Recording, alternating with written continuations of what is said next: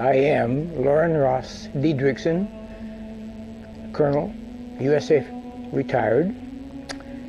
I got a Bachelor of Science degree, and then the Air Force sent me to the Stanford Business School to study management, and then promptly assigned me to Washington, D.C., and I served in the Chief of Staff's office shortly for orientation, and then they put me into the U.S. Atomic Energy Commission, where I became responsible for maintaining the inventory of the accountability of the nuclear weapons stockpile, and involved in the security and the, you might say, auditing the manufacturing facilities and the storage facilities for all the nuclear weapons in the U.S. And I was there, while I was there, I had my first incident with UFOs, which in mid-July they flew over Washington, D.C., and I saw my first 9 UFOs. What year was this? This is July of 1952. And then further on, I finally retired from the Air Force and joined the Boeing Company, where I was assigned to the Minuteman program, where I was responsible for the configuration accounting of all the nuclear fleet of Minuteman 1, 2, and 3. And during that period of time, I also learned about incidents involving nuclear weapons. And among these incidents were a couple of nuclear weapons sent into space were destroyed by the extraterrestrials. In talking to various contacts throughout, they would allude to the fact that these did happen. There was, for example, the missile, Minuteman missile, which destroyed the launch from Vandenberg Air Force Base. That's now a public matter of record. The one incident, for example, was they actually photographed the UFO following the missile as it climbed into space and shining a beam on it, which neutralized the missile.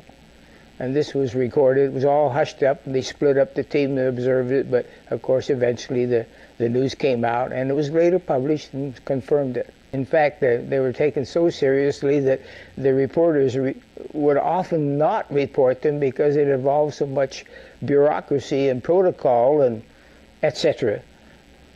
They deliberately would not report them.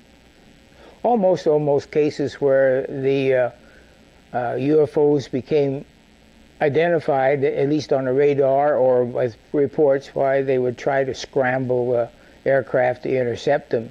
It was a very aggressive, you might say, response from our own government. And that is their major concern, is to preserve the integrity of the Earth, because it affects their own system. Well, there was one incident when we exploded a nuclear weapon over the Pacific, and this was in about '61, I believe. And the consternation that it caused, because it shut out communications entirely over the Pacific Basin for a number of hours, in which no radio transmission was available at any time.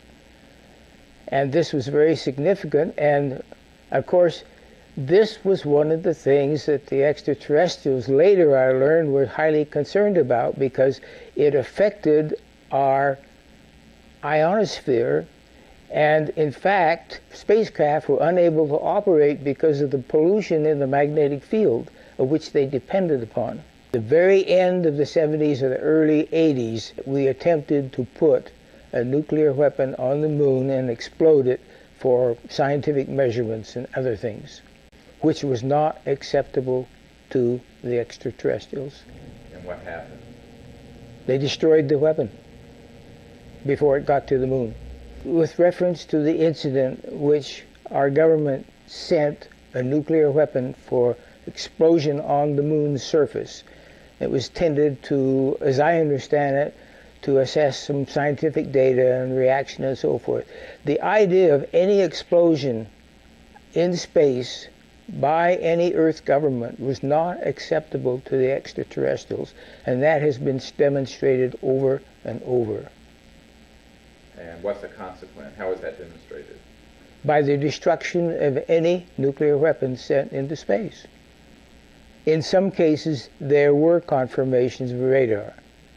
Yes, at the storage facilities, particularly because they were in or near military installations. Yes, that's true.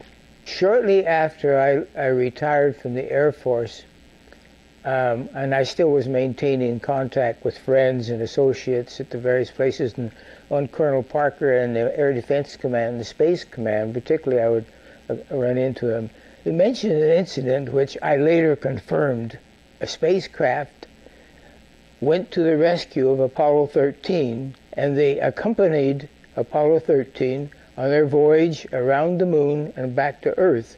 And on 2 occasions, they thought they might have to transfer the crew to their spacecraft, but they saw them safely back to the Earth. People were interested in the extraterrestrial technology, very much so.